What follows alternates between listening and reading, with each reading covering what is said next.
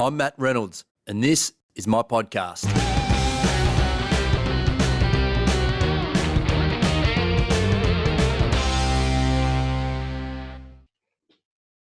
Irwin, thanks for doing this. That's okay. Pleasure, Matt. Now, we are recording this in April of 2020, which is a fairly significant time for the world, isn't it? Because we're in lockdown at the moment, and so we're not together today, although we have been obviously in the past. We're recording this over Zoom, so we're doing our right social distancing things. But look, it's a very interesting and challenging time to be a business owner at the moment, isn't it? Given the restrictions we're currently facing.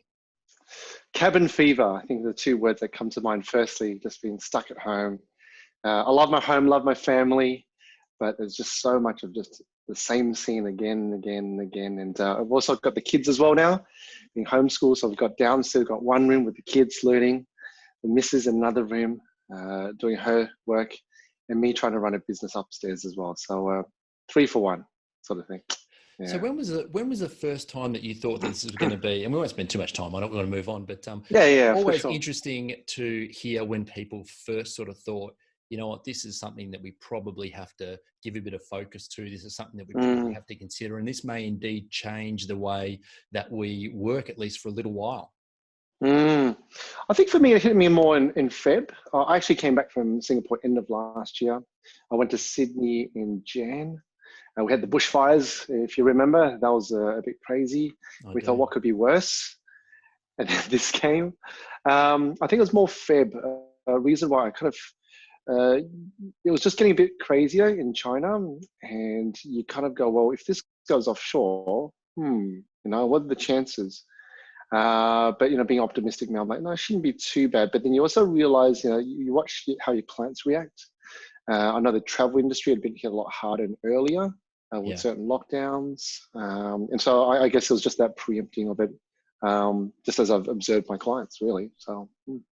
Okay. Yeah, I know for me, it was right around the time that the Grand Prix got cancelled. And I started to think to myself, boy, if people on that sort of money and of that, event of that stature caliber is cancelled, then we may be in for something that we haven't dealt with before. And we certainly have been. So for those that don't know you, the old barbecue question obviously is a great one to sort of get these things underway. When someone meets you for the first time and they ask, what do you do? How do you respond to that, Irwin? Yeah, for sure. I usually start with, hi, my name's Irwin. Irwin as in Steve Irwin. I get mixed up by Owen and other Ian and all those other combinations. Yeah. Irwin Hau is my name, but How as in, how do you get people to call you from your website? That's a problem we solve. So in simple terms, web design development. Yep. The technical term is actually, I'm a web conversion specialist. So what does conversion even mean? We blend human psychology with technology, so that when people are on your website, they're more likely to call you. So you get more leads, really, is the promise that we give our clients. Because when I first met you, one of the confusing things to me around this tech space has always been I suppose the complexities that go to it, and what you explained to me, I'm going to try and explain this back to you, and let's see if I see if you're listening. Yeah, I like that. Yeah. So I was going to say, see if you're a good teacher, but see if I was listening. That's another way to look at it. So it's really when it comes to getting leads through your website or from an online presence, there's really two factors, right? There's traffic, which is getting people to look at your website, and then there's what happens once they are on your website, right? And I always had that a little bit confused. And what you told me that was that it's very easy to get traffic if you have money, you can bid on the traffic and you can get it there. But the challenge becomes when they get to your website, do they convert? And of course, your traffic times your conversion rate equals your possible lead, client, opportunity to quote, or however your website or however your business sort of sees those leads, right? So I guess that where you're in, the space that you're at is once they land on that side. Is that correct? Absolutely. Can I just say you are an absolutely fantastic student. You've pretty much got me word for word, and you're absolutely right. There's this magic formula. I used to call it a secret formula, but I don't think it's so secret anymore. Business is really simple when it comes to getting customers. It's traffic, how many people come, like you said, and a good conversion rate. But you're absolutely right. A lot of people forget and they fall down in the conversion area. And what does conversion rate mean anyway? It's actually just the sales process. It's just your funnel, but you forget that the website's at the start of that funnel. And so you spend all this money, like you said, you can just buy Google AdWords straight away and they'll come to your website. But your job and the task of your website is not that it just looks pretty. It is actually about mastering attention and driving action. And that action could be a phone call, filling out a form, hitting the book a demo button, that sort of thing. And so my job is actually more in that space of how do we make a website work so you get more leads. So yeah, great. Yeah.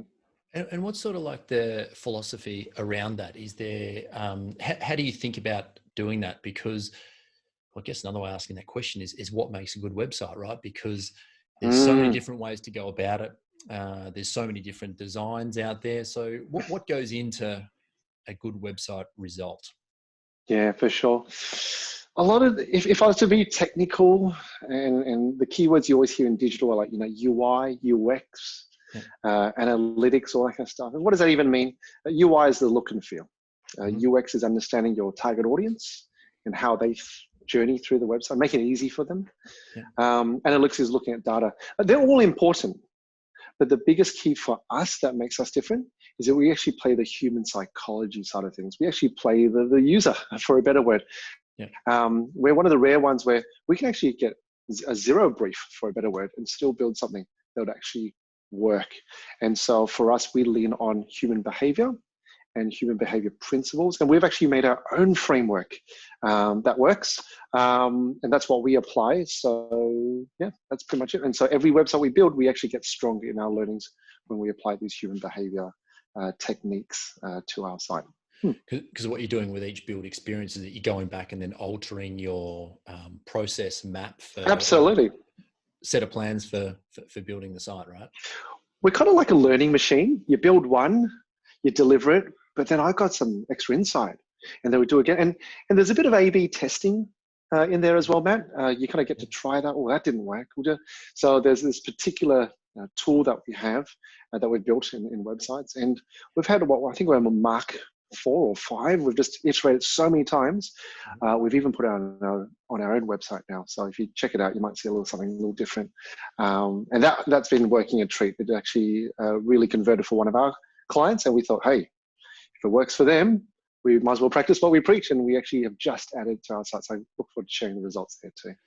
So the A/B testing is ordinarily when you have two different options and you see what the visitors choose. Which one works? Yep. Which one works? Yeah. So I'm starting to get right out of my my sandbox here. But and then what you want to do is that you want to find out which one works better, and then iterate that over time to continue to get better result, right? Absolutely. The great thing for me is, you're absolutely right. You usually have a test case. Yep. You have something that's similar. You run them both, and you see which one works better. The great thing for me is, and having run this digital agency, this web agency for 11 years now, I've seen 11 years worth of data across the board. We've worked with clients like Motorola, Fonterra, the big boys, all the way to small business, and we've realized common trends. And of course, there's specifics to each industry, but yeah, we've just tried to learn with each one and stuff and get better by comparing them with one another. And so A/B testing is done not just at a one-to-one level; it's actually across the board. So yeah. Do you have an example of maybe a common A/B test that you have run, just so I can understand a little bit more about exactly when and why you would use that? And I know it's probably extraordinarily a simple question for you, but for us who aren't in the game, it can it's important to understand. Oh, there's a couple of examples to go through. I could talk about changing up offers and see which offer works better, sort of thing. So you might have a promotion on your homepage. We could talk about the messaging. Just, are you able to articulate what you do quickly and simply on your website, and seeing which one resonates with your customer and your client, which one gets more. But messaging, a lot of the conversion can be in the messaging. Design makes a big difference, but that's a bit harder to A/B test. Funny enough, even little things like button color changes. If it's red as opposed to green, will it actually do better? And also, and we don't know that answer. You have to actually try. So there's some specific ones, but there are certain things we've realized that work on all websites. And I'll give you one example. Just I'm preempting the question you're going to ask me. What is it, Irwin? Having your footer on your website with all your contact details in it, maybe a form, a phone number, and your social kind of links and stuff. That's actually a fantastic one, because now you don't have to wait to get to the contact page to get those contact details. Every page becomes a contact page. And that's the point, right? You don't want people staying on your website. You want them coming to you and contacting you.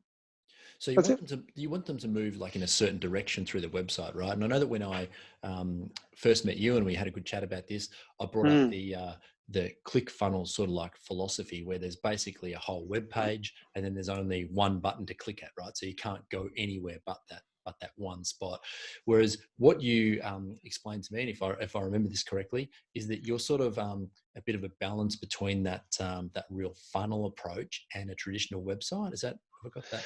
Yeah, there is a balance, because let's be honest, a ClickFunnel is built as a hard sell website. It's like meeting a sales guy and they just come in, oh, I hate it. They do all those kind of smoothly whatever bits and stuff like that, and it works, I guess, in some ways. Yep. But we want to do hard sell in a soft sell way, because we also understand, and we're all bombarded with information. We know we're being sold to.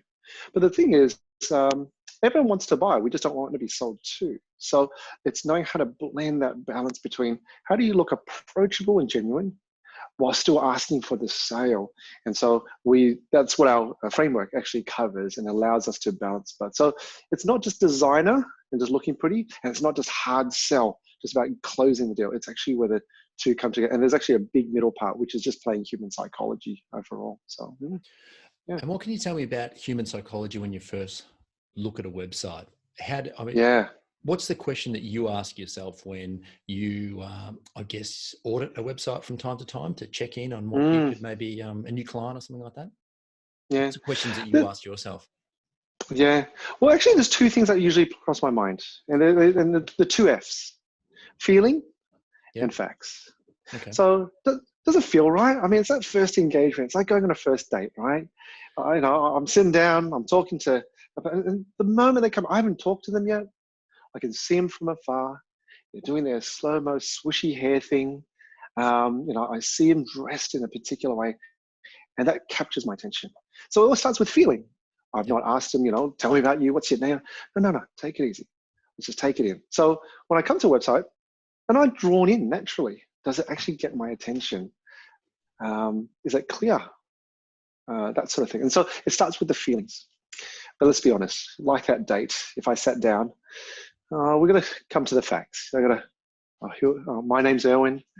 This is what I do. I'm writing a book. I run a business. I used to be an illusionist, all those kind of things. And you go, oh, that sounds interesting. Well, what book are you writing?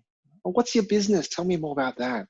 Oh, you're an illusionist. Who have you performed for? And that's where we get into the fun, the facts of it, the bits. And so I could say to you, you know what, I've been running business for 11 years, and I used to work in an ad agency, or two actually. You wouldn't just go, oh, okay, great, and just take my word for it. You go, oh, so what clients have you worked for? Yeah. What were the agencies? And so you dig a lot deeper and stuff like that. So that's where we unpack the facts with credibility points, social proof. So they're the two main ones that go through my mind, and I play it like a first date. Does it get my attention? And is it clear with the facts of what they do and how that can ultimately solve my problem? Because I'm on the website for a reason. So, yeah. So I know one of the things that when I first went to your website, because we should mention Robert from Sharper Cleaning, right? Because he actually made this introduction. Shout out to Rob. Yeah. Yeah. I think sharper.com.au is his website for all your commercial cleaning needs. Now when he introduced us, he sent me an email and he sent me your website, and I went and had a look at that, because of course when you get an email from a web designer, of course you go and look at their own first website, test, yep. And you see if it's any good. And I must admit that I was actually, for the first time in a long time, I was blown away by what I saw on the website. So you can maybe explain what you've done on your own website and the purpose of that flower. But is it important to have, as you said, this relates back to the feeling. Is it important to have something that is just like, wow, like that's super cool. Like I want to see this, even if I don't want a cleaner or a web design or whatever. It looks cool. I think just to describe our website, and if you want to check it out, jump on. And the challenge we always say is, if our website doesn't get your attention, you don't have to love it, just attention, because we're mastering attention, in 3 seconds, or even less, then don't pick me for what I do, because then I'm not worthy of that. Okay. It's the wow factor. Everything has a bit of a wow in it, but there's wow and there's relevance. So if you actually go to our website, I do challenge you to have a look at it again. There's a flower there.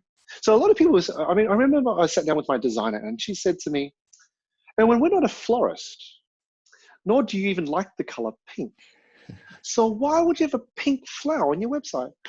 And I said, you got to trust me with this just for a moment, because we're not, the truth is, you want it wow, you want relevant, but you also want to be different. We want to set ourselves apart from our competitors. We don't want to be like everyone else. So what does everyone else do? They got to feature client websites as the first thing. That's what they always do. And if you look the same and sound the same, you are the same in some perception, right? If you dig deeper, it might be different. But we thought we'd just put on its head just a little bit. Again, my job is not that you like me the moment you see me. The moment is I can even get your attention, because there's so much noise and information. I just need to cut through that. So like your reaction, Matt, you went, whoa, that's for the first time. I actually see that. But there's also there's a trick we play. And it's actually the psychology, and based on this formula, is emotion plus information equals long-term memory. I'll say it again. Emotion plus information equals long-term memory. See, Matt, I don't know the exact date of when we caught up last. And I don't know if you actually had a sneaky peek at my website again recently, but hopefully you actually remembered that image in your head and it stuck with you. And so I challenge you as a fun exercise. Tell me about any other web design you've ever seen, any of their websites. Tell me some, and I hope somewhere you'd be like, I can remember bits, but not really.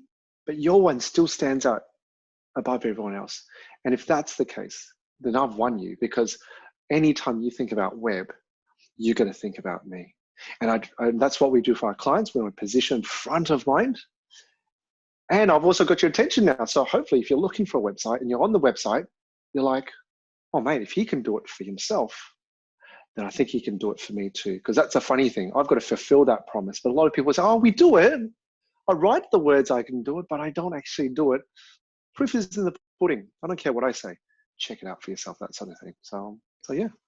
So do you do that have you done that for other people? Because I'm assuming that, I have seen some of your work, and not every website has a pink flower, of course, on it, right? So there's the relevance component too.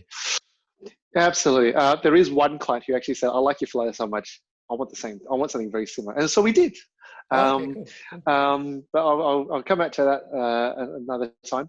But so absolutely, we give the pink flower effect. But remember, it's not the pink flower that you want. It's the psychology behind the pink flower. And like you said, let's be honest, this one of our clients are Bowen's Timber. We have tradies, and they deal with, timber, of course. They wouldn't want a pink flower on their website. You wouldn't want even anything remotely close to it. But we still need to get your attention, because remember, the end game was never about the flower. The end game was always attention, mastering attention. So how do we get someone's attention? And how do we draw someone through a site to make them take actions? Remember, attention to action. So yeah. Attention. So yes. So yeah. Do you have, and this may be sort of intellectual property that we're kind of moving into secret now, sauce. That's right. Yeah. So if it is, then you want to keep it under wraps, fair enough. But after you have someone's attention, what do you then want them to do as they move through the site? I guess a lot of people. Sorry, you first. I guess a lot of this comes back to the purpose that actually sits behind, like, what is your website trying to be, right? What am I actually trying to do with it? Is it forms? Is it calls? Is it? Yeah. I'm going to ask a funny question. I'm just going to reverse things for a moment. Sure. Matt, you're on my podcast now. And so I'm asking you, ready what's and the willing. point? Yeah. So what's the point of a first date? You're going on your first date. So picture the best first date you ever went on. Yeah. What Okay. is the purpose of that first date? And I know you might have a funny answer. And I've asked this question before. I got some really, out of curiosity, what would you say? Keeping it PG, you know, sort of thing. Yeah. So what's the purpose of a first date? Is that the Yeah. question? Yeah. Yeah. Oh, I guess just to make sure that the person that you're meeting with is not maybe too crazy, I guess. Make sure that there's a Sure. good connection, Yep. and make sure that they're generally fun. Maybe you can see potential in the future. I suppose it comes back to a little bit what you're looking for, which has probably changed Yep. a bit from time to time Yep. at different stages Yep. of your life. Let's be honest, but yeah, whether you like the person, whether you can see yourself trusting them, possibly. I guess there's got to be a reason to first of all go on the first date, so that's probably a component of it. But Yeah. once you get there, I guess you just want to see some sort of potential for the future. Yeah. And I think if you think about that first date, you go on that first date because you actually want a second date, then you want a third date, fourth date, and hopefully, if you know, with long term in mind stuff, hopefully something will come out of that. Yeah. You're not here to do everything on that first date. The aim is just to get to the second date in some ways, or the second step. In the same way, a friend of mine who's a professional cold caller, he said, "Oh, do you know the point of cold calling? Do you know what the aim of a cold call is?" And we don't do outbound, but he said, "Do you know what the point is?" And I said, "To close the sale, get the sale." He goes, "No, the next step is just to get an appointment. And at the appointment, you share your value. And when you share your value, you then give the proposal. So there's a step." Yeah. And so my question is, what is the purpose of your website? See, to me, getting your attention is one thing, but I just want an appointment with you. I just want the next step. I just want a second date after the website. That's the point of a website. Unless you're e-commerce, you just want to make the sale, right? But I'm assuming you're not selling e-commerce here, and that you're a service-based business. You could be, you know, a lawyer, you could be a tradie, an accountant, don't care what it is. You just want them to call you. You just want that first opportunity date. Yes. Because I kind of picture your website's like your best wingman. Think about it as your wingman, right? Yeah. I'm not there to talk about myself. I need someone to speak for me. So if I was your wingman, Matt, I wouldn't want to just go, "Oh yeah, Matt's a good guy, whatevs, you know, whatever." No, I got to be seen for you, man. Yeah. But there's no point if I'm just talking about Matt and, "Oh, Matt's fantastic," and I just sit there and that's it. No, I go, "Hey, you know what? Let me get my phone. I've got his number. Can I hook you up? I just will hook you up. I pass it. I get your details. I connect you. That's it. I've done my job. A wingman's job is just to connect, and then you do your thing, right?" Yeah. And if they ever want to check in and say, "Really?" I'll be like, hey, Matt's the man. He's a good guy. Here's proof. Okay, I'll back off again. And so you need to build your best wingman or your best salesperson, I usually call it, and stuff like that. So you get that first phone call. You get to that next base and stuff like that. Yeah. But you asked me the question before, and I don't know, I didn't actually answer. Do I have a secret formula? We do. But to make it easy for people to understand, we just explain the first date. Think about your first date. Yeah. You want to get someone's attention. You want to be clear with who you are and what you do. I want to unpack all that information, with information. So on your website with images, with text. I want to show the credibility bits. I want to prove what I just said was true. So you might use awards, accreditations, association logos, testimonials, case studies, all those kind of social proof bits. Yeah. But don't forget to ask for that second date. How many times do you, on that date, you forget to get the phone number? Yeah, you forget to give your phone number. You forget to ask for this. You've got to have the guts to ask. So with your sweaty hands, you're going, oh, bang. In the same way on your website, how many websites have you been to? And they just go, "We do this." And you're like, I want you to ask me. I'm waiting for you to ask me. I'm dangling my little keys out to walk in my house. I want you to ask me for my number. And nothing. And so the same thing. But you don't want to go the other way. "Hey, here's my number. Here's my phone." You don't want to look a little desperate. You don't go too hard sell. Nor do you want to forget the step. Imagine that on that first date. I sound like more like a relationships coach or something like that. But imagine you went through that whole date, and at the end with your sweaty hands, you go, I was just wondering if you'd go on that second date with me. And you're like, I'm really sorry, but it's a bit awkward. But I didn't catch your name. Like that's a buzzkill right there. Yes. And so you need to follow all those steps. And so just remember that story of that first date. Does it get your attention? Is it clear? Because let's be honest, if you looked at your own website, like a first date, if you're looking and going, I don't want to look at it, I don't care for anything here, you'll just walk out of that first date. Yeah. Same thing. That's it. So yeah, hopefully that explains it. So yeah, think about your website as a first date. That's a great way to look at it, clearly.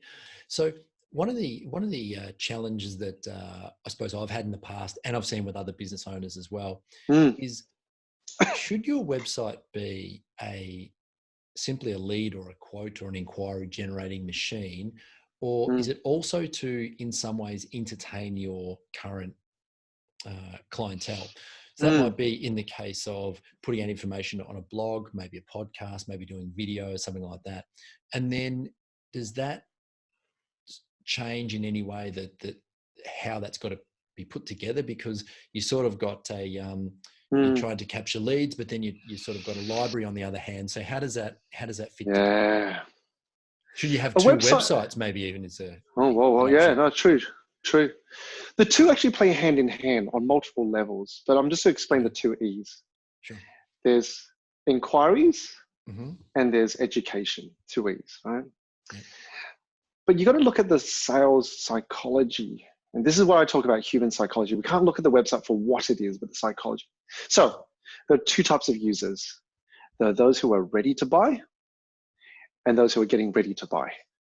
So there's ready to buy, like take my money, shut up and take my money, bang. Yep. And there's, I'm getting ready to, but I'm just not ready for it. And then obviously there's a group that has no idea and don't know about you. So just leave that for now. They're on your website and they're getting ready or they're ready to buy.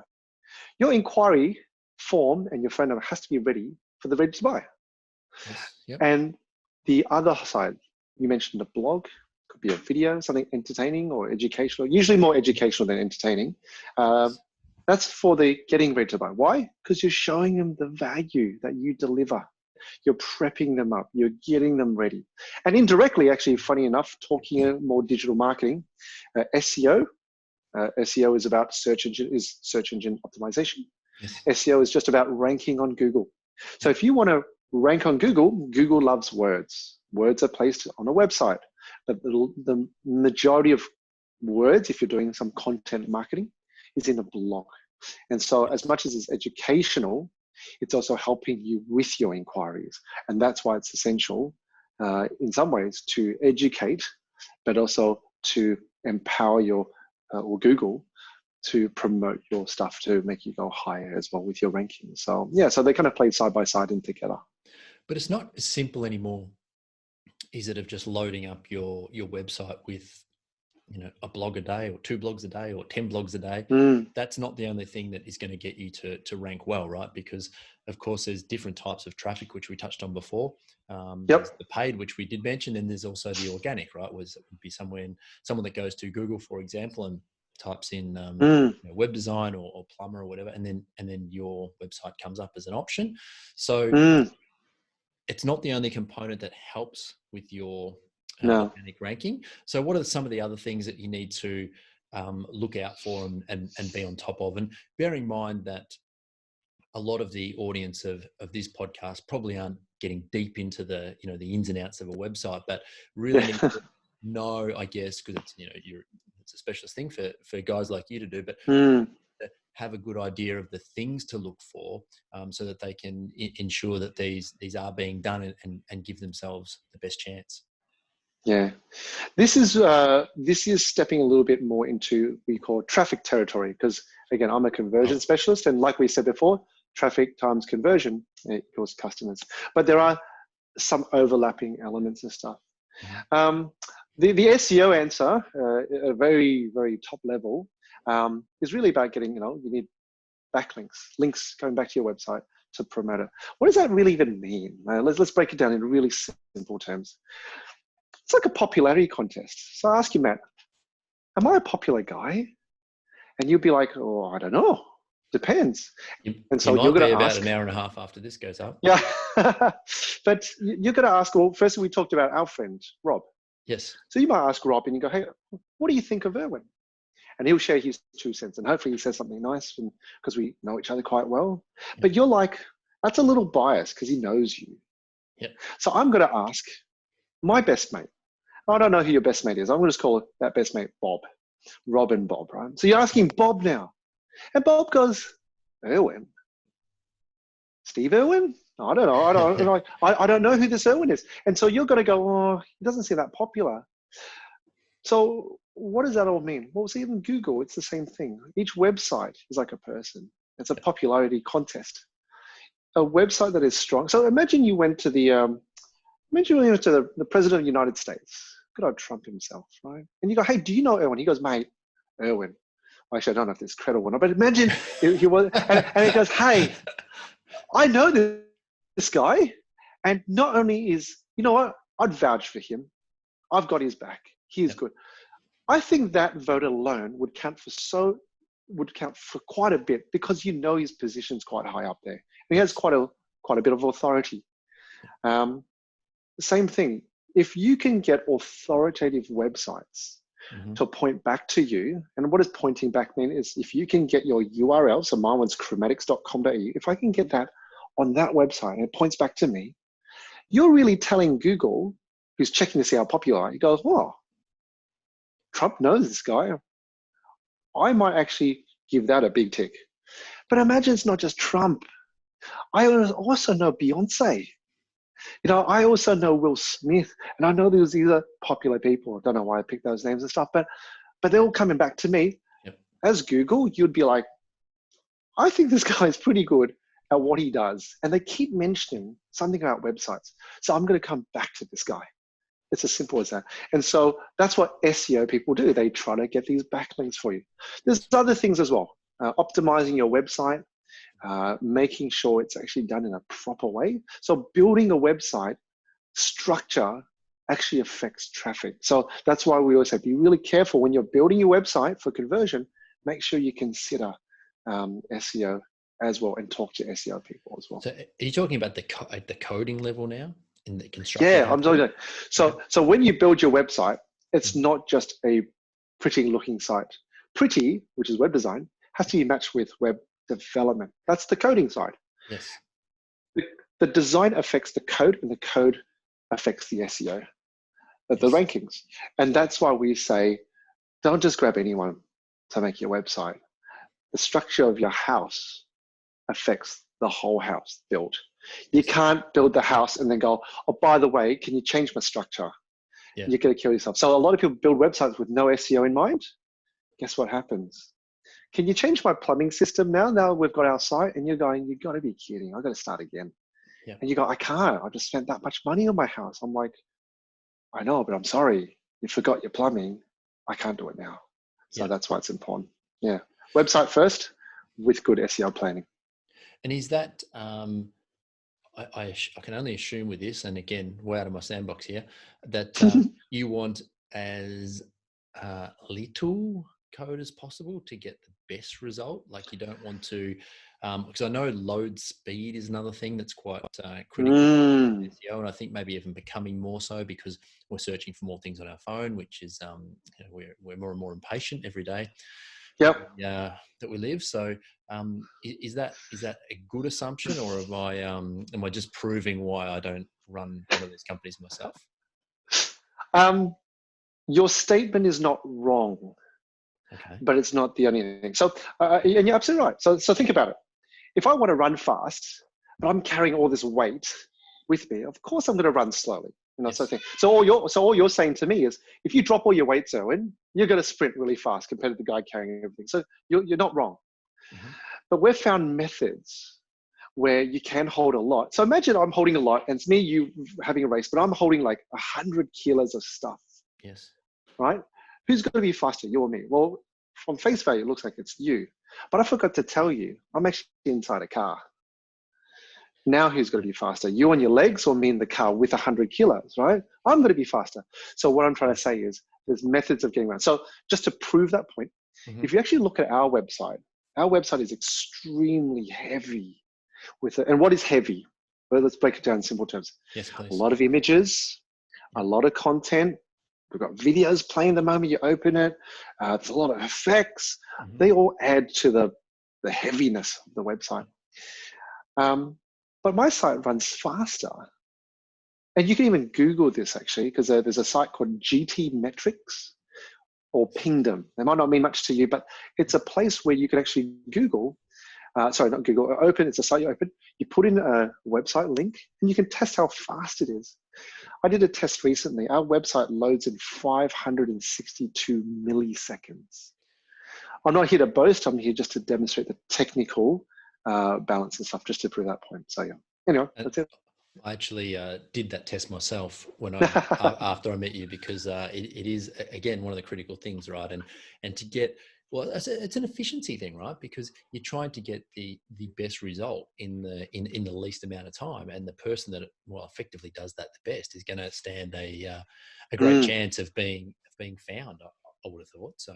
Yeah, there's this gauge that we have internally, and again, we teach this to our clients. It's what I call the annoyance meter, or if you really want to call it the piss off meter, right? But the annoyance meter.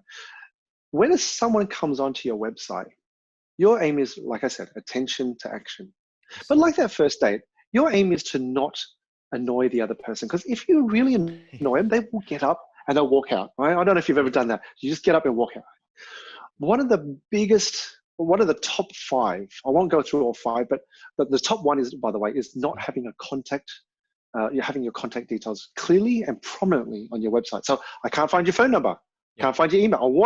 I'm saying I want to give you your money, but I can't find where the cash register is. That is a really poor thing. But the other biggest one is actually site speed. Yep. If your site doesn't load quickly, that annoys me. That just goes a whoop like that, and the client's off. Yeah, onto your competitor. So yeah.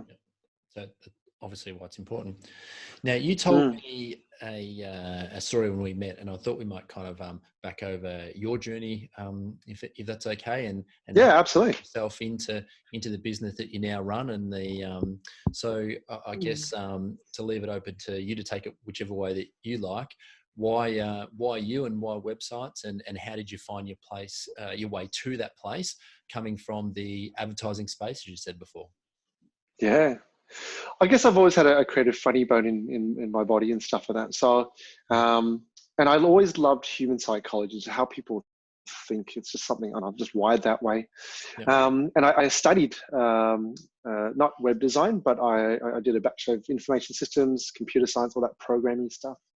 And did my master's in advertising. What led me to do websites? Well, I just thought, digital is where it's going to be in the future. We talk about technology. I think we have AI automation coming. So digital seems to be the right direction. But it was actually funny. I actually even mentioned it just before. I love card illusions like magic and stuff like that. It sounds a bit geeky. I do apologize. But in 1998, a friend of mine showed me a trick for the first time, and it just stayed with me because he got my attention. And I realized that magic and marketing are no different, because it's not about fast hands or eloquent speech. It's actually about mastering human behavior and attention. And so I thought to myself, wait a minute, I could just make normal websites like any other Tom, Dick, or Harry. But no one wants a website. That's not the problem we solve. We want to solve the problem of you getting leads. And so I said, how do I do that? So that's where I took the principles of what I learned. So it's been 1998 till now, it's 20 odd years. Yeah. Me too, I created, it's a long time now. And we created our own framework based on those principles. And all I've been doing is one thing: specialize in this and keep testing it. And it falls under, in marketing, this word of conversion. And so we do website builds using this conversion thinking. And so clients usually come to us, usually go, you know what, I don't want to spend more money on marketing. I don't want to spend more money on traffic, because traffic's not the problem. It's not that I can't get dates. It's just that every time I go on a date, no one wants to go on that second date. Yep. So let's slow that down and let's work on. I'm kind of almost like your dating coach, if you think about it. I'm here to help you get to that second. I'm like, it's like that movie Hitch. You know, I don't know if Will Smith gets 2 mentions in this, but he runs that movie Hitch, right? He helps you to get that next date.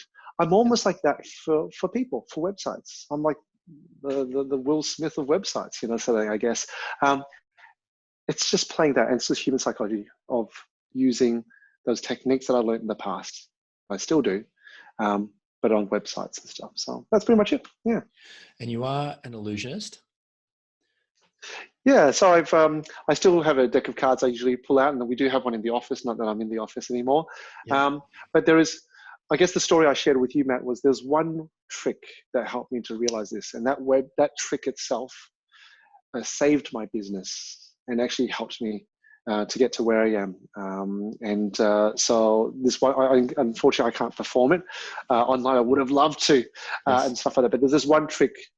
All it did was remind me that it was not ever about what we say or how do we make it all salesy and stuff on the website. No, it was actually just playing natural human behavior and taking advantage of that. And if you do things naturally, it just comes. Think about it. A first date. You don't have to game the first date. If you just be you, have good fun, you will find the right person. And if you're able to articulate it clearly, I'd be surprised if you don't get that second date. So yeah. Yeah. So you because you used to run, you used to do quite a bit of performing. Have I got that right? Did you used to do parties and that sort of thing, like back in the day? Yeah. And I know I'm backing over this a little bit, and we probably should move on. But the reason that I want to just ask about this is because when I did come to meet you, you pulled out a deck of cards, and one of the things that certainly I remembered your site for the pink flower that we've already talked about, and then I remember you for the card tricks, right? So it's kind of the same. I can see you're lining up the psychology in both places there. But just for those listening and even watching this, some of the stuff that you did with cards in front of me was like unbelievably good. Like, I mean, I had making stuff disappear and pulling cards out of different places, and it was quite extraordinary for me because I don't think I'd ever been really that close to someone with that skill. So it's obviously something that you've worked on for many, many years. You can't develop that touch in your fingers and that sort of thing. Just shuffling cards a couple of times a week, right? Like, you must have spent a lot of time honing that skill.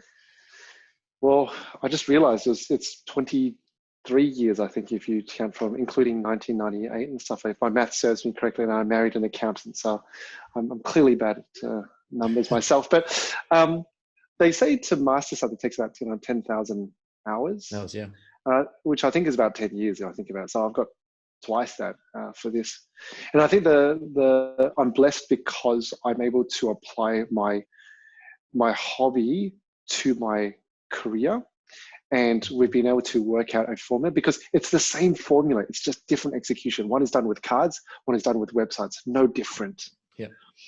And so that's why I always say, don't. In the same way, when I showed you a magic trick, I said, don't get fooled by what I say when I do the trick or a trick deck or anything like that. If you look at the cards, they are genuine cards. It is just pure manipulation of, in this case, you.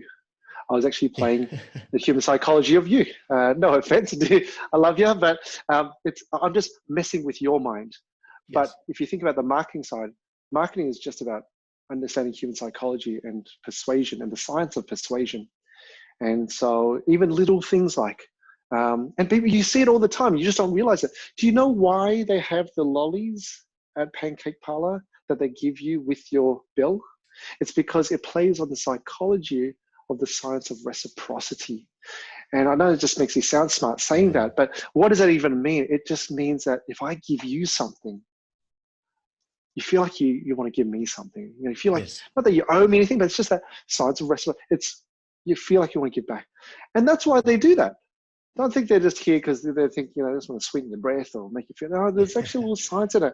And I'm just saying these little nuances, which are really natural. You didn't go, oh, you're conniving, those lollies, I'm watching you.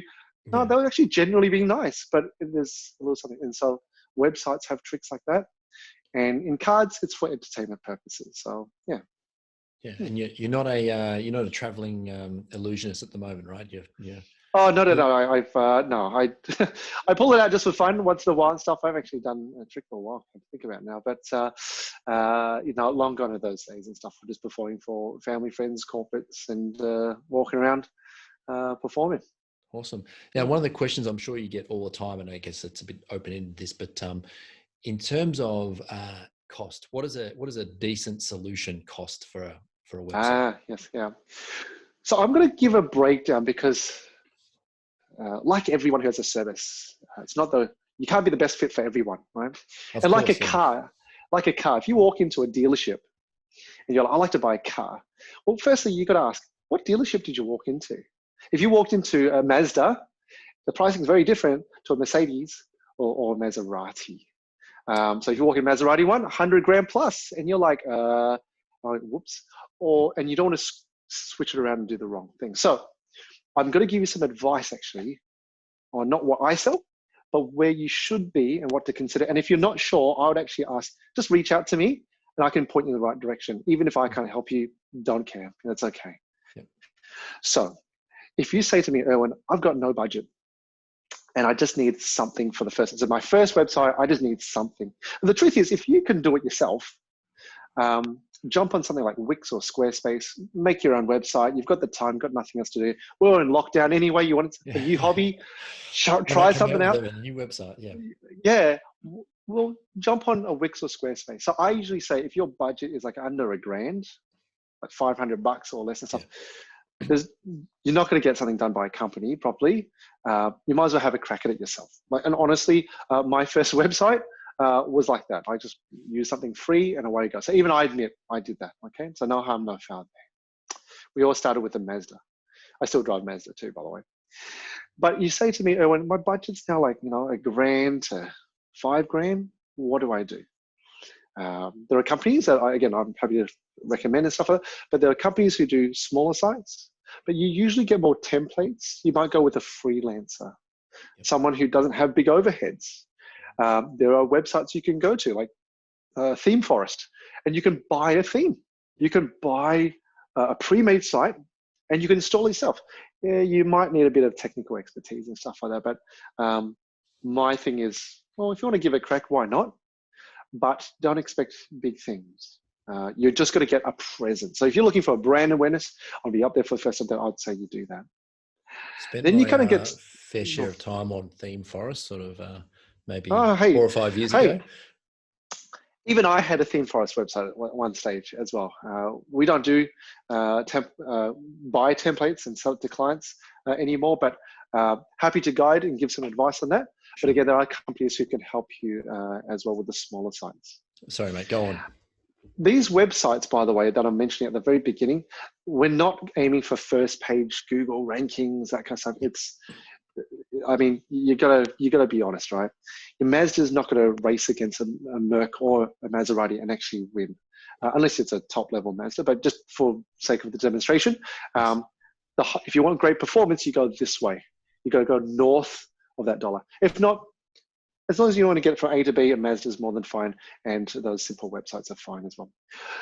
So as you move up the rankings, you go from that kind of 5 to kind of 15 space. This is where a couple of things you'll hit. Number one, maybe the team is overseas and the contact is local. So you need a company and they've got an offshore team. Yep. Well, again, do you want your best salesperson to be built overseas? I don't know. So there's quality that you want to think about. Yep. Do you know how well it's built? Just because it looks good doesn't mean it's built well. So I have a beautiful house, but what's behind my walls? I have no idea if the builder did a good job or bad. I just found my range hood recently. It broke down. But when we pulled it out, oh my gosh, behind it, whoever my builder was, I'm telling you, we're going to have a word. But when we pulled out, we're like, dude, you're missing full sections. This is a, and so that's the kind of feel. I'm just saying, if you go overseas, just be careful and ask those questions. Do you do your work locally or overseas?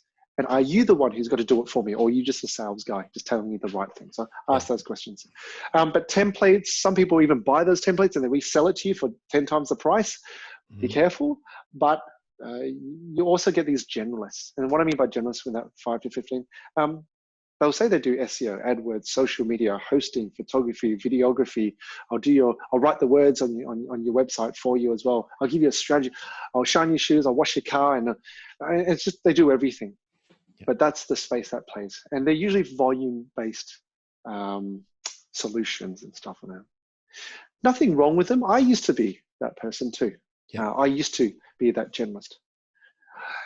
There's this no man's land, I usually, between that kind of 10 to 20, that you're neither small or you're neither big as a web company. Mm-hmm. You're kind of not a specialist, nor you're a generalist. You're not volume, but you kind of are and stuff. So I actually don't know what to do in that space and stuff. So I usually leave that alone. But in my eyes, then you get the kind of like the 20, 25 plus.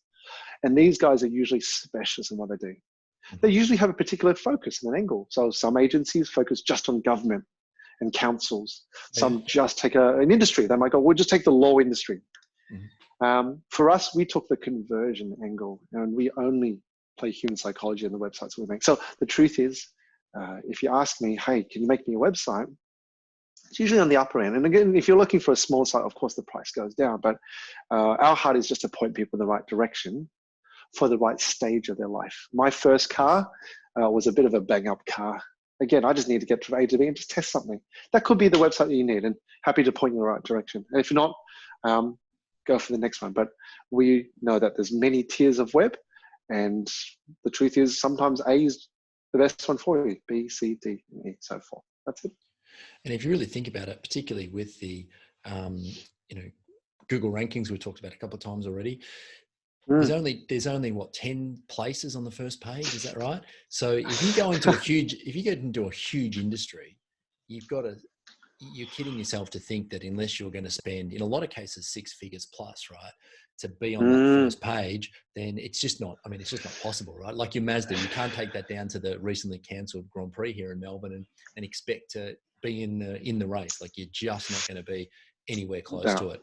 And you're probably doing yourself more disservice to think that you can and waste the time, transporting the car there and trying to race. I think you are kidding yourself if you think you can actually beat another company that is like mega corporate who has dollars to just burn and spend, and who are actually, even during COVID-19, are just going nuts. Business as usual sort of thing. You're not going to beat them. There's a joke in the SEO world. We say, where do you hide a dead body? Yeah, that's right. We call it the second page of Google, right? Second page of Google. And you are right. There's 10 spots on Google. The truth is, if there are stats and there's graphs within, if you Google it, the effectiveness as you go up those rankings, just how much more you get. Because think about, okay, I talk about human psychology. Let's play the human psychology of Googling. Mm-hmm.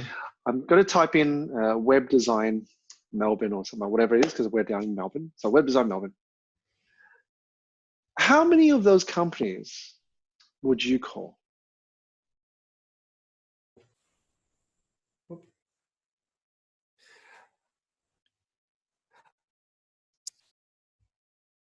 Oh, I've just lost. We've just Sorry. Lost the connection. Got you back there. Sorry. Back. Technology. We're all good. Haven't lost you. Sorry. Technical difficulties. See, if you're on Web Design Melbourne looking for someone, Yep. you of course got to do your due diligence. So at least you'd call 3 people, maybe 3 of the best, right? That sounds fair. Really, you want to be, it's not the first page. You actually want to be like the top 3, top 5. Yeah. And so do a Google search on anything. I think if I did a Google search on Web Design Melbourne, I think there are 250,000 results. Yep.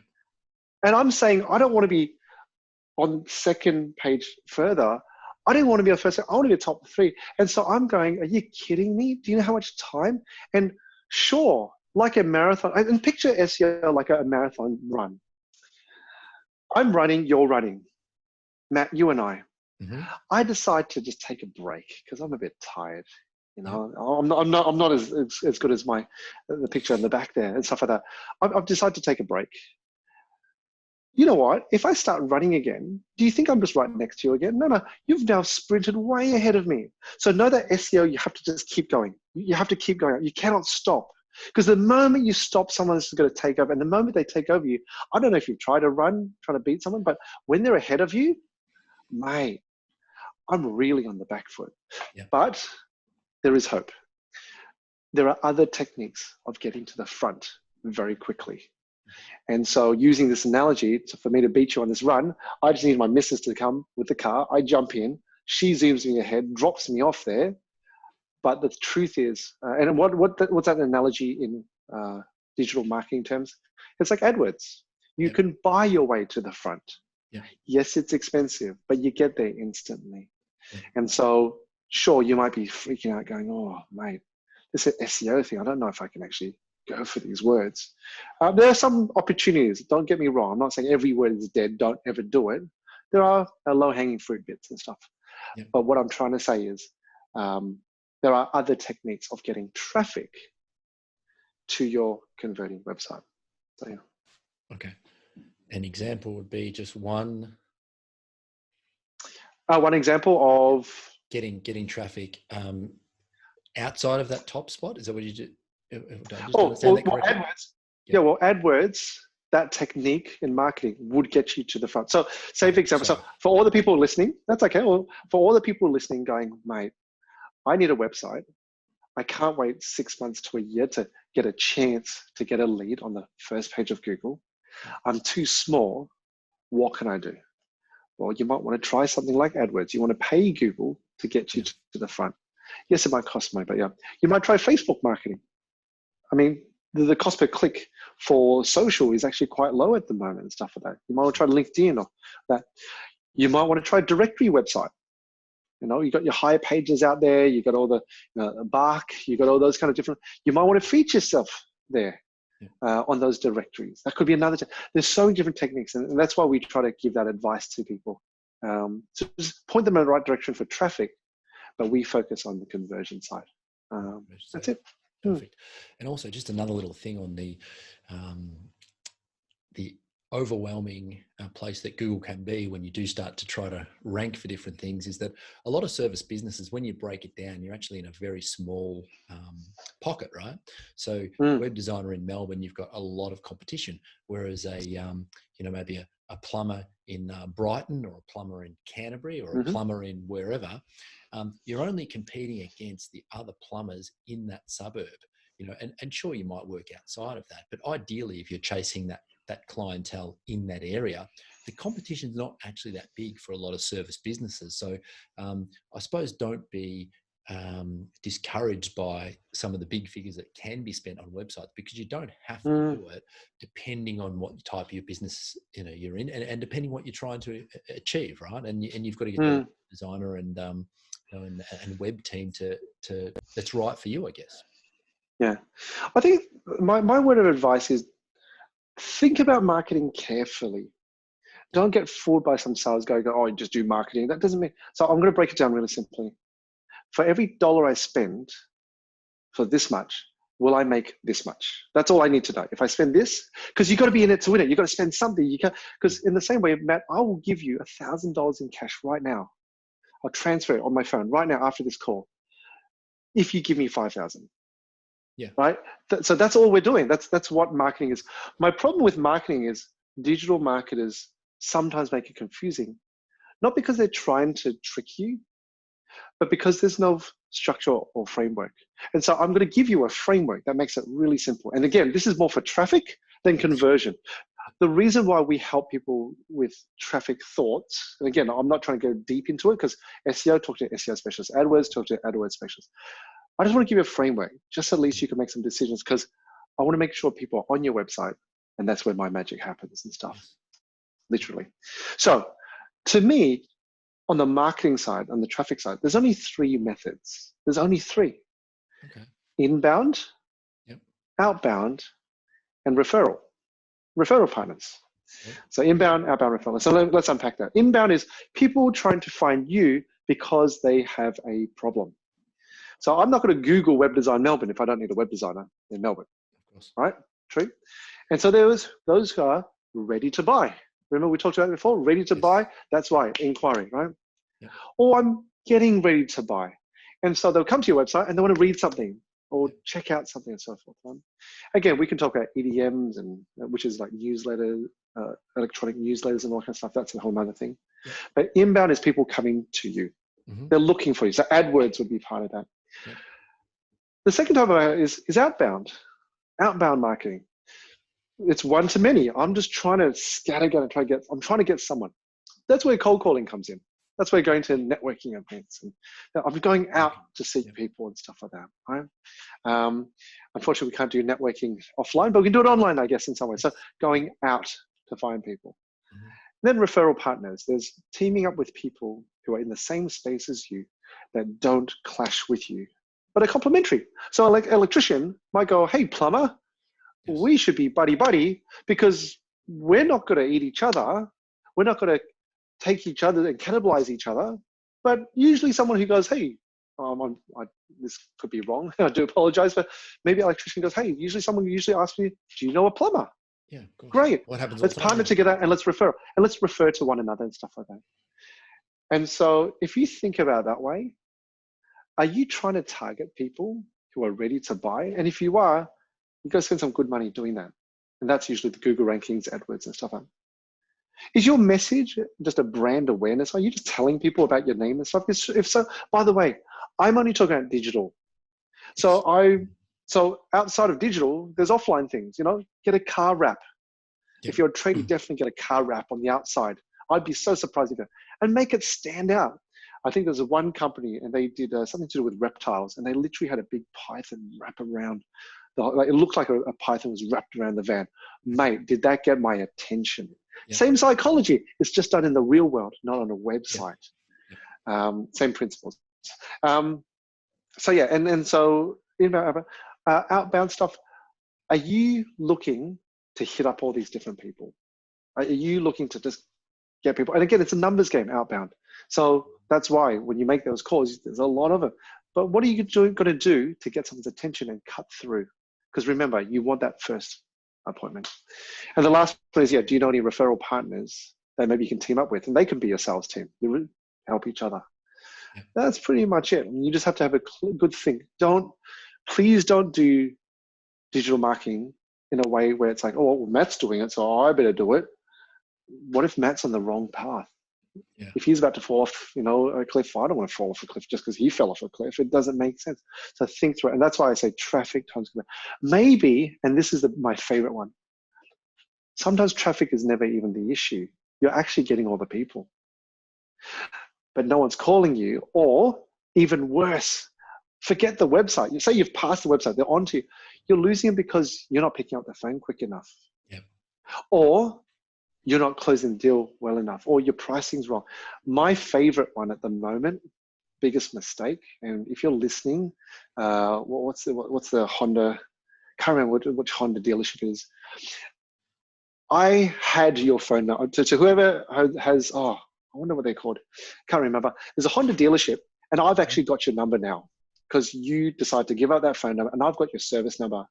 Every day I get 10 calls. And we try to redirect it back to you. We're doing our best. I've now given up that number because I get too many calls. But the truth is, for every call that you are losing a sale. Yep. All I'm saying is, look at your traffic and analyze it. Is that the problem? If not, it is a conversion problem. It's your sales process. Something's falling down your sales process. Yep. And in this case, it's just your phone number is incorrect on your Facebook page, on your website. That's why you're losing it. So analyze all this. It could be your operations. Maybe you're losing money there and stuff. So that's why, think about it logically. It's really important to audit all of this stuff, right? And I'll give you a real life true story for myself just the other day. Google does this funny thing in their ads, and they give you, it's the number that shows up is not your phone number all the time. Sometimes they use this another number so they can actually track who calls it, and they can give you stats on it and that sort of thing. If they use your phone number, then they'd have to ring you to get them. They'd never get it from you, so they have their own phone number. So one of the ads that we were actually running, I thought, I haven't seen that phone number before, automatically generated by Google. I better call it. So I did call it. It didn't go to us, and it was an ad that we were paying for. So that's just one little thing that is probably a glitch in the system somewhere, and I'm sure most of the time that Google, being Google, probably does actually get it right. But that was just one thing that you do need to audit all of your own processes and systems, right? Because it's amazing. Like, I mean, I've had websites that are up for 3, 4, 5 years, and you go back and you read something and you realize there's two double words, or there's a spelling mistake or something like that. So I guess a good audit process, monthly, 6 monthly, whatever it is, just to go back over to make sure those channels are actually functional. It's probably something that, I've started doing because I've found some mistakes, whether it's the build process or my working process, whatever. But it makes sense to audit what you're doing to make sure that you are getting the most value out of what you're doing, right? Because doing the right thing and making sure it works are probably two different things which need to be checked up on. So when I say favorite, I do feel for this client, and I'm not going to embarrass them, but the worst example of this, and it hurts. It hurts. And so I'm going to tell you the answer first. Please check your phone number on your website. Please check your forms are working, and make sure those details are correct. Yes. And your email address as well. Okay, I'm just going to put it out there. Yeah. But this particular one, a client came to me and said, I'm not getting... So we do a lot of website audits. And usually on the phone, we usually get a free audit. If people have a chat with us, we usually just try to help them point them in the right direction. Yeah. So this particular call called me and he said, Irwin, I hear you out. You've been talking about traffic and conversion. It makes total sense. I can't floor it. But I still don't get it. I've looked at my traffic and it's not working. Or is it the conversion? It's not working. I don't know why, but I'm not getting customers at all. I'm spending good money on traffic, and I've looked at my website and it does all these things that you've said, and I look at it, it gets my attention. It says the right messaging. And do you know what all it was? What's that? It wasn't the marketing or the traffic was right. His rankings on. It wasn't the design of the website. It wasn't the structure of the website. His phone number, he had swapped 2 numbers around by accident. It's a very expensive one. He wasn't getting the phone calls, and people were complaining, and then no one told him because they couldn't get through because he had no email form. So the only method they could contact you was through his phone number and no form. They go to the competitor. Yeah. Oh, how painful is that? We swap it around, somehow works.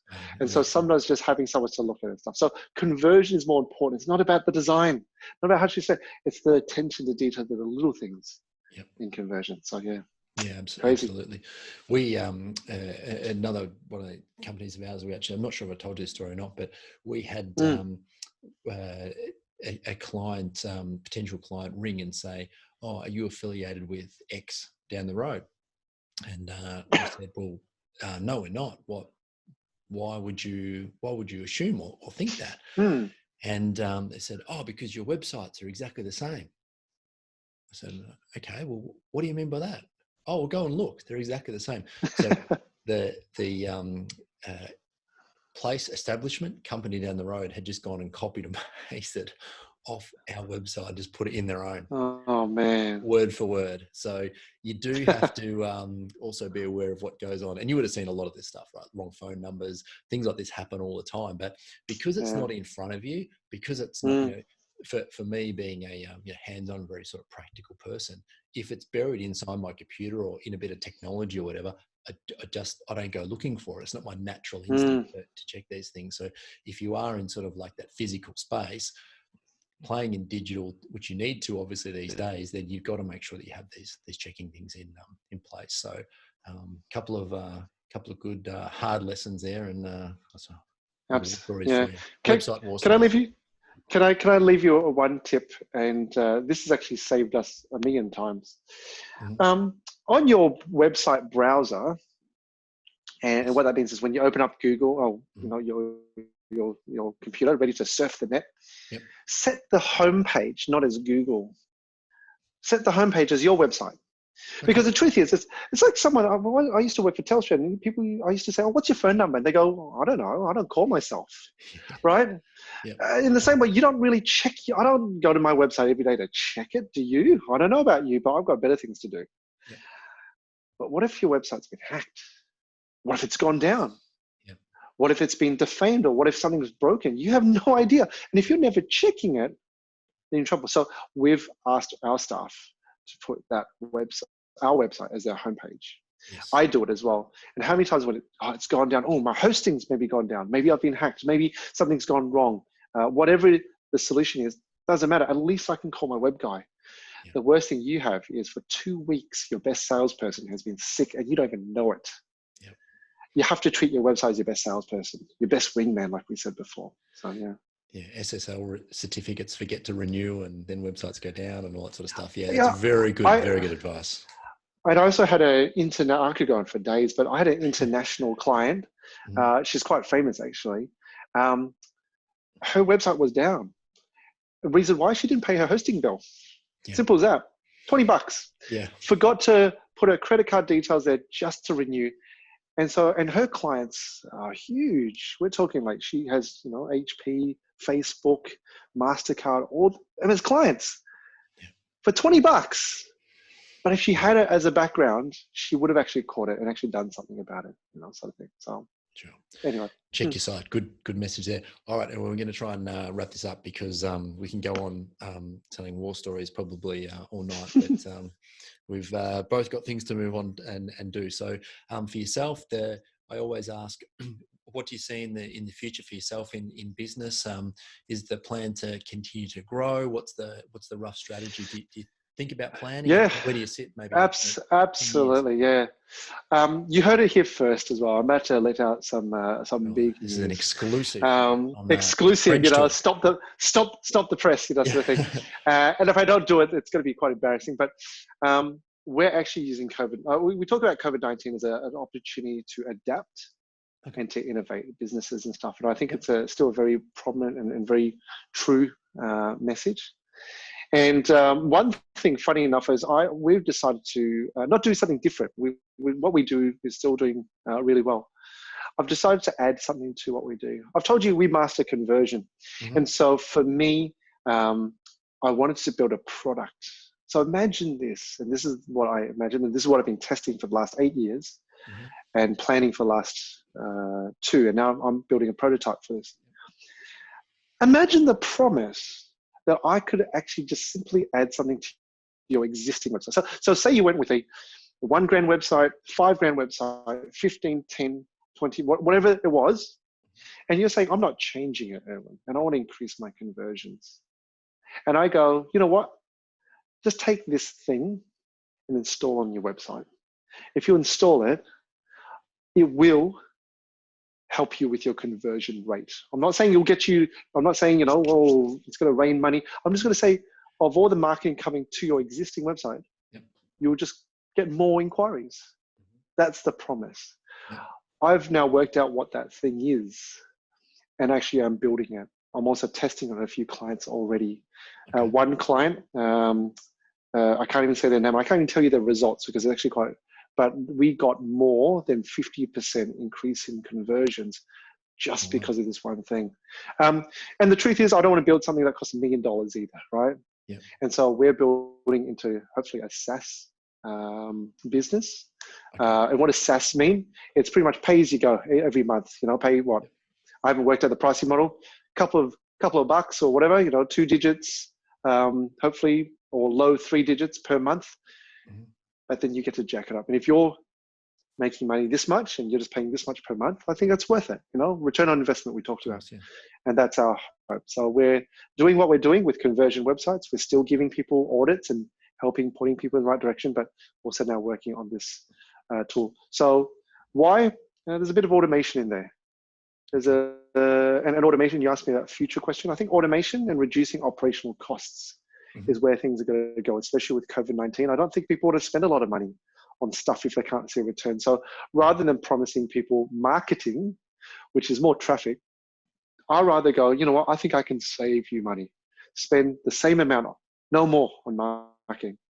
Do these little tweaks and you can actually make a lot more. I think everyone's happy to reduce their operational costs, to reduce their own natural spending. So that's my prediction. And that's where we're going as well. So you've, I feel like I have to ask, can you give us a little bit on what this product or addition to the website may be? That's the fun. I can't let out. We have a name. We've got everything. Okay. I just need to get what next step. But if you're curious to find out, maybe shoot us a buzz or something like that. Love to kind of keep in touch. But it's got to be a marketer's dream. Is our heart and promise. And like I said, you got to put your money where your mouth is. So let's see what happens. So yeah. Awesome. Cool. All right, Irwin, let's just finish up with, I always ask for book or documentary recommendations when we come to the close of these things. So have you got any great books that you recommend in terms of entertainment or business? You can take it either way. Yeah. The first book I ever read was E-Myth. That was a fantastic book. That was when I had the entrepreneur bug and I was trying to work out, what's it all about and stuff. That was really good. Currently, I'm kind of going through the Lean Startup. So again, starting a SaaS business, you do want to make sure you keep things lean. What does that mean? You don't want to spend $1 million on your first car. You just got to bang around anyway. So you want to buy something nice and cheap. Same thing with your website.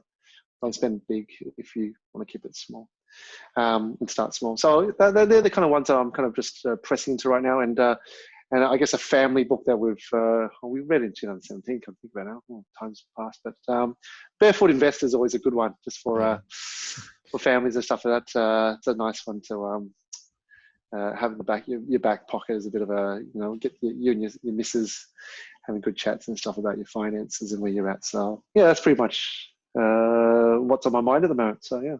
So you read the Barefoot Investor and then you decided to go into startup, right? To a SaaS product. Are they closely? They're kind of at other ends of the spectrum, aren't they? They're very different. One is about you need to reread that book. Yeah. Or my Mojo account's really big, and I'm just now investing and stuff like that. Maybe, yeah. Yeah, maybe that's the case and stuff. But no, definitely, it's actually helped us to teach I've got 2 little girls, 2 daughters, and I think it's really helped us to set them up and to teach them basic finance. I know they're only 9 and 6, but just the idea of saving. You save jar, you give jar, you spend jar, all that kind of stuff.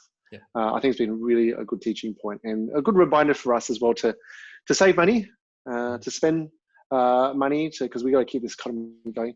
But most importantly, also to give, because I think sometimes we forget about others, and a lot of people are in need too. So yeah. Yeah, absolutely. I think the levels we say that and the levels that we spend at are going to be recalibrated as we come out of this COVID-19 epidemic and lockdown and all the rest of it. So any parting words, Irwin, anything you want to add? Give us your website, spell your website, your email, just anyone who wants to get in contact with you, how do they do it? Yeah, fantastic. If anyone wants to connect, definitely jump on and test me out. What I say, chromatix.com.au. So I'll spell it CHROMATIX.com.au. And just as a fun fact there, Matt, chromatics actually, or chromatic, actually means the science of colors. We don't play, and that's what it actually means. And so it is the science of how we put things together to make it work. That's where. So Chromatix, CHROMATIX.com.au, and hello@chromatix.com.au sends emails directly to us, and I'll recognize them if they mention this podcast.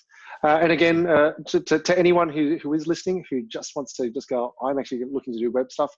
I'm going to say, I'm going to put my hand up and say, I don't want to do your website. It's a nice way to kind of ease the pain of going, he's going to sell me a website.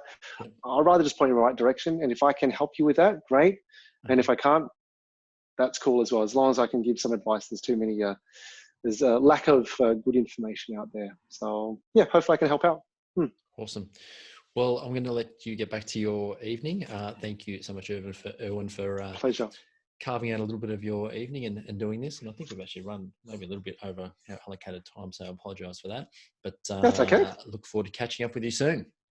It's been fun, and hopefully we can do another magic trick another time. So yeah. Yeah, we've got to do it in person next time, right? We're we've already half planned this next one. It was a shame that we couldn't be together and show some of this stuff. I did actually find a couple of things that you did online, actually, just as a yeah, absolutely. Before we go, so in regards to the cards and the magic in that. So if you really want to know, then you can find a couple of things online if you search hard enough. So. I guess as a last line, as an outro, what we do is not mind-busting kind of brain surgery stuff. It's just common sense. What I love is that common sense isn't so common. And when you actually hear the principles as you've heard and as we've gone through with you, I don't think you've just gone, oh, I've never, oh wow. I think you've just gone, oh yeah, that makes sense, but why are we doing it? We just bring the common sense back to natural web design that makes it work. So yeah, but thanks for that. Appreciate it. And thanks for your time. Cheers. Thanks, Ellen. Bye, mate. Thanks a lot. Cheers.